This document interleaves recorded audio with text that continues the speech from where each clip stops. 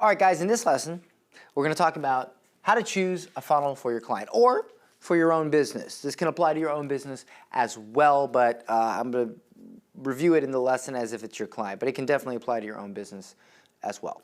So we're also going to talk about how to choose an ad type a little bit, video, image carousel, whatever. We're going to talk about that.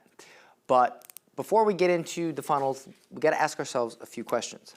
All right, first, we got to ask ourselves, where are they on the value scale? Now, if you are a little foggy on the value scale, go back to the value scale lesson and review it.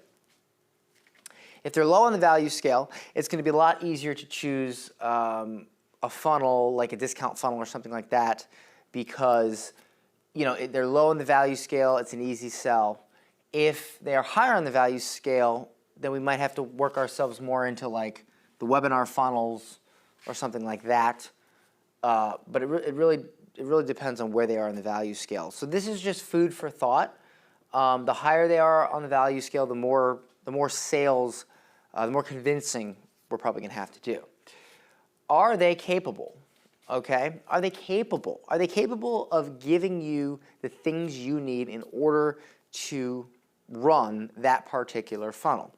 Or if you want to do a video, are they capable of giving you that? For instance, one of my students, Stephanie, we were talking last week, or no, this was actually a few weeks ago, and she said that she had two clients, both, I believe, chiropractors, and she ran the same offer, same funnel, literally the same ad copy, and what she did was she asked one chiropractor to read a script and do it. She asked the other one. Here's what happened. One campaign did extremely well, and one campaign totally flopped. Why?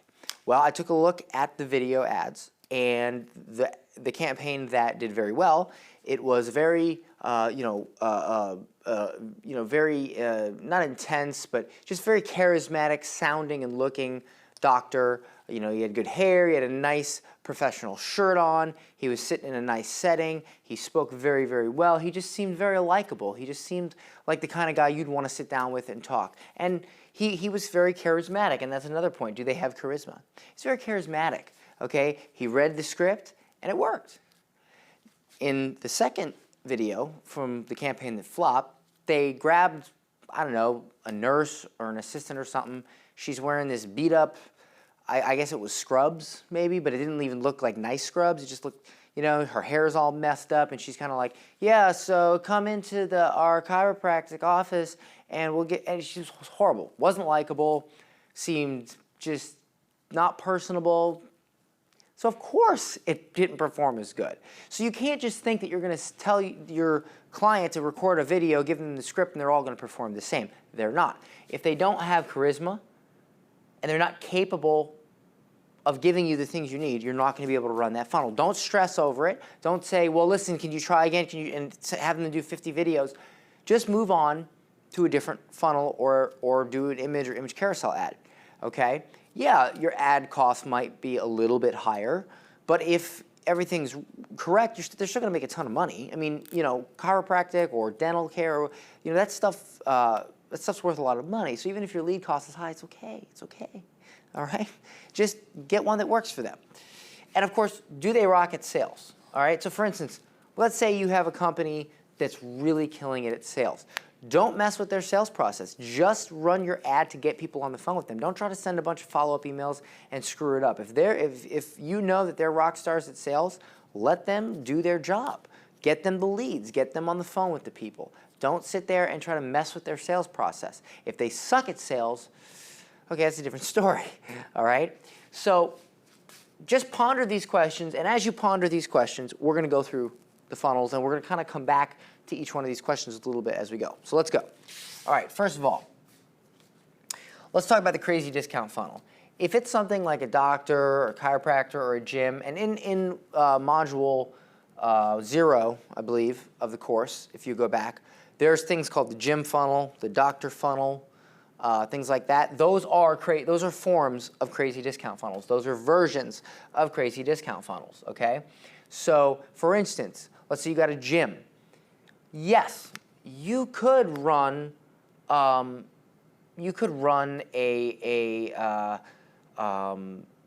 you could run a value video funnel where you teach them a free, like they opt in to get a free workout lesson, and it's all professionally edited and everything. But honestly, you might not need to go through all that. You could have a great video if they're willing to give you a great video, or you could just have a great picture or great image carousels of different pictures of the gym or whatever. But really, if you just offer like a free month, like, hey Tampa Bay, looking to get in shape, we're offering a free month. We're offering a free month at our gym. All you got to do is click here to get the vouchers. We're only giving away free 50 free memberships. Click to register. So they click, they give you their phone and email to get the voucher for that free month. Of course, when they come in and register for the free month, that's your bait. That's how you get them to the door to sign up and hopefully stay for the rest. And if they like the gym, they will stay. And now you got a new client. On the thank you page, you can say, call right now and schedule a time to come in, and we'll give you a free personal training session. So now you upgraded the freebie, and now they're booking a time to come in. Now they're definitely coming in, okay? So that's how you upgrade them. So really for a gym, that's really all you need. You don't have to go into all this, okay? You don't have to do a cheat sheet on 7 ways to add an inch to your biceps in 30 days. You don't have to do that. You can just do something simple like this. Now, if it's like, I don't know, like a national chain, which that would still work, or let's say they have online courses or something, now we might get into these funnels, okay? But for a local gym, this is fine, So let's talk about value video funnel, all right? So like, let's say you have a real estate agent, all right? And let's say you got 2 real estate agents. One guy's really personable. He's excited. I want to do this. And you say, okay, well, listen, what do you need? You need seller leads? And he's like, yeah, I need seller leads. And you're like, okay. So, what kind of, well, most of my sellers are, they're house flippers. They flip houses. So, okay, fine. Do you have 3 secrets that you could give away on how to increase your profits flipping houses? Or do you have 3 secrets you can give away on how to sell your house within 30 days? Yeah, sure, okay. So let's maybe try a value video funnel. You could also try a cheat sheet funnel for this. A lot of these are interchangeable. But if they're really good on camera, okay, or they're really, really good, maybe they can even do the slideshow, they opt in to get this free training video. So they watch the value video, and at the end of the video, he's like, listen, if you'd like help implementing this, if you'd like help with this, and you want to sell your house in 30 days, you want me to help you do this, jump on the phone with me, schedule a free call. And that's of course, the value video funnel, okay? But if they're not able to do this, yes, I want to get seller leads, please help me. If they're not personable, we can't do that because it's going to bomb. Let's try the cheat sheet funnel. Let's say they're good in person. Let's do the event funnel. Let's do something like, all right, October 15th, come to our free seminar, How to Sell Your House in 30 Days. Totally free, there'll be some food, whatever. Okay? This might work.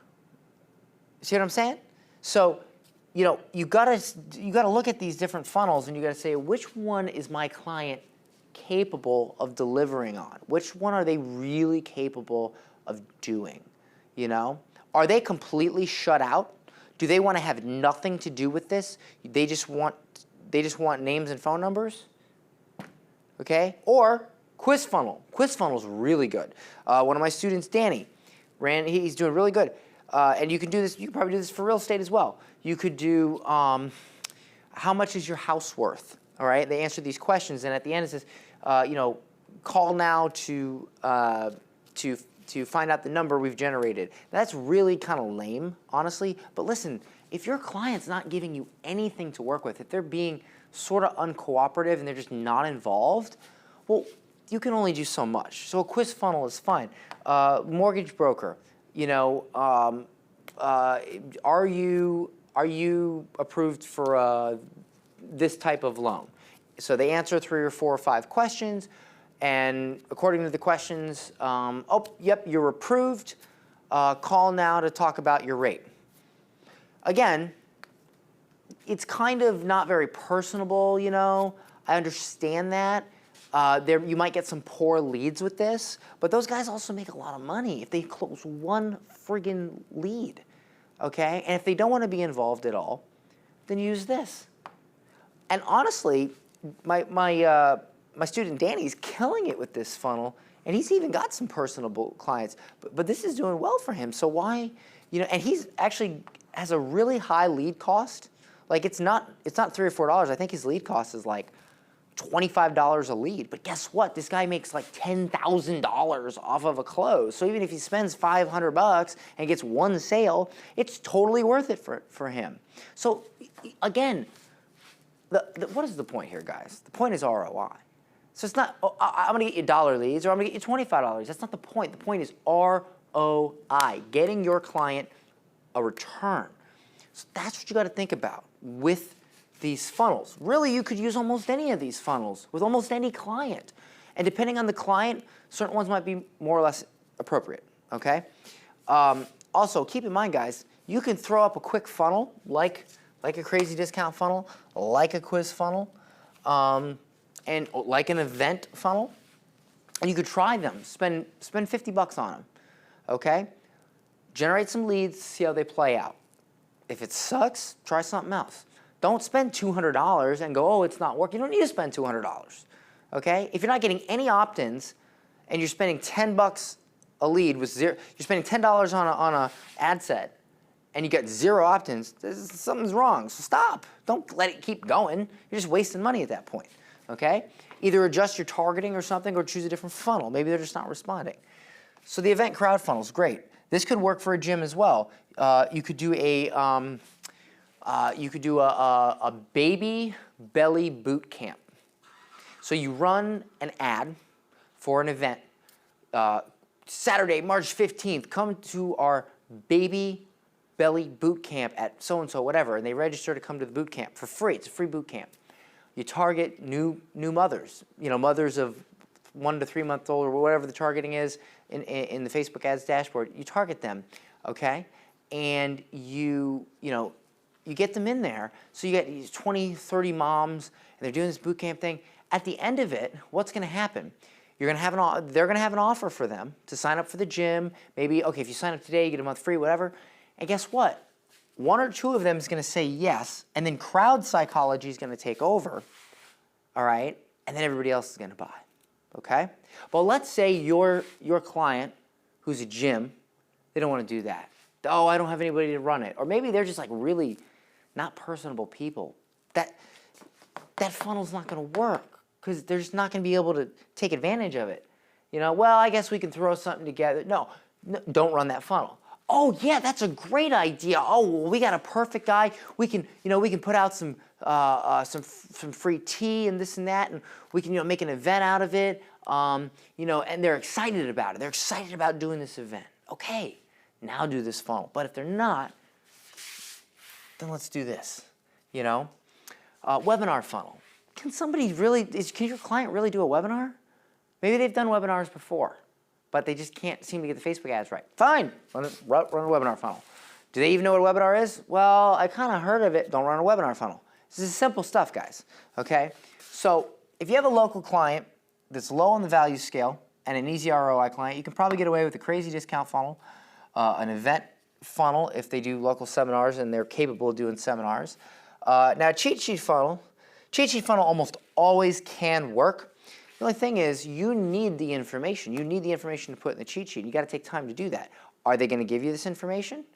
Are they going to give it to you? If not, then you can't do the cheat sheet funnel. Now, here's the thing. What if your client is not capable of doing any of these? Not even the quiz funnel. I mean, my God, the quiz funnel, I can't think of a situation where the quiz funnel wouldn't work. Do you want to lose weight?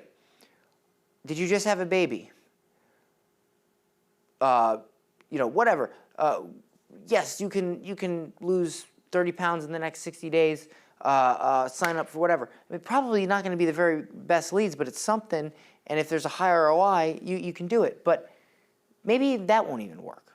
Then you got to ask yourself, this probably isn't a good client. Okay, don't beat your brain. There's plenty of clients out there that one of these will work for, okay?